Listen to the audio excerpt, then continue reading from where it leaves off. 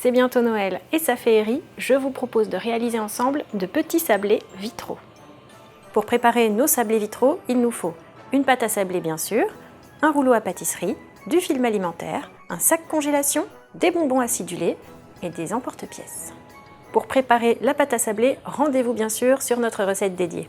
On va préchauffer le four 180 degrés thermostat 6 et on va étaler notre pâte entre deux feuilles de film alimentaire. Le film alimentaire n'est pas absolument indispensable, c'est simplement pour éviter de mettre de la farine sur le plan de travail.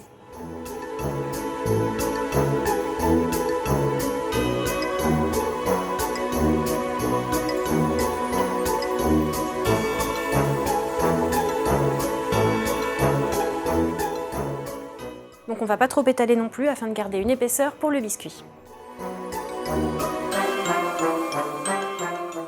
À présent, on va utiliser les emporte-pièces. Donc on va faire des sablés aux formes qui nous plaisent en évidant le milieu. Par exemple, je fais un sablé en forme de cercle et à l'intérieur, j'évide avec une petite étoile.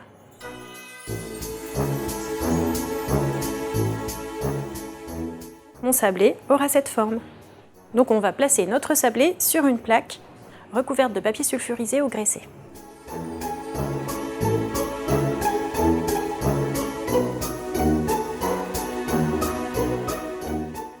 Et on fait ainsi de suite avec tous les biscuits. Donc c'est très amusant, on peut le faire avec les enfants, ils adorent.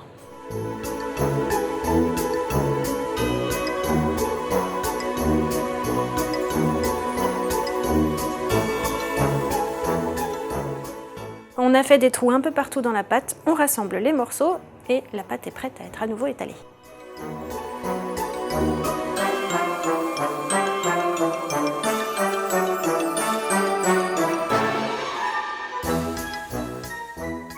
À présent, on va pouvoir réserver nos biscuits au frais pendant qu'on s'occupe des bonbons.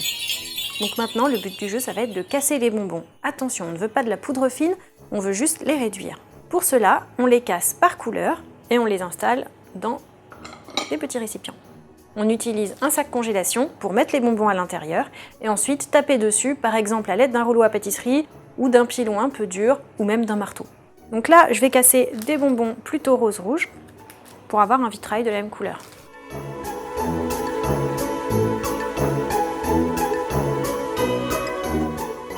D'ailleurs, si vous n'avez pas de bonbons acidulés sous la main, ça marche aussi avec des sucettes. Il suffit simplement de les placer dans le sac congélation et de les réduire également.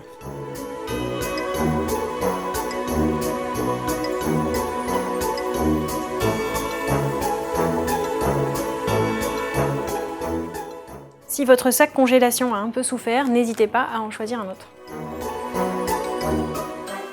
Donc à présent, on va pouvoir remplir nos sablés.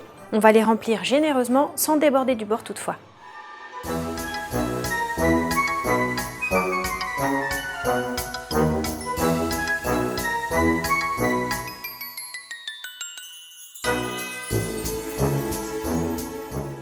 Une fois nos sablés garnis, on peut même les évider par endroits afin de les accrocher au sapin. Donc on fait un petit trou en haut du sablé pour pouvoir l'accrocher sur le sapin.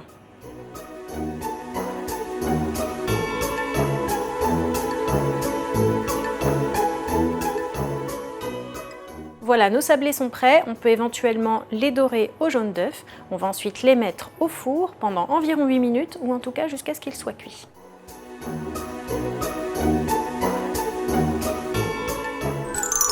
Voilà, nos sablés sont cuits, on ne va pas les enlever tout de suite de la plaque de cuisson, on va attendre qu'ils refroidissent un peu, sinon ça risque de briser le bonbon.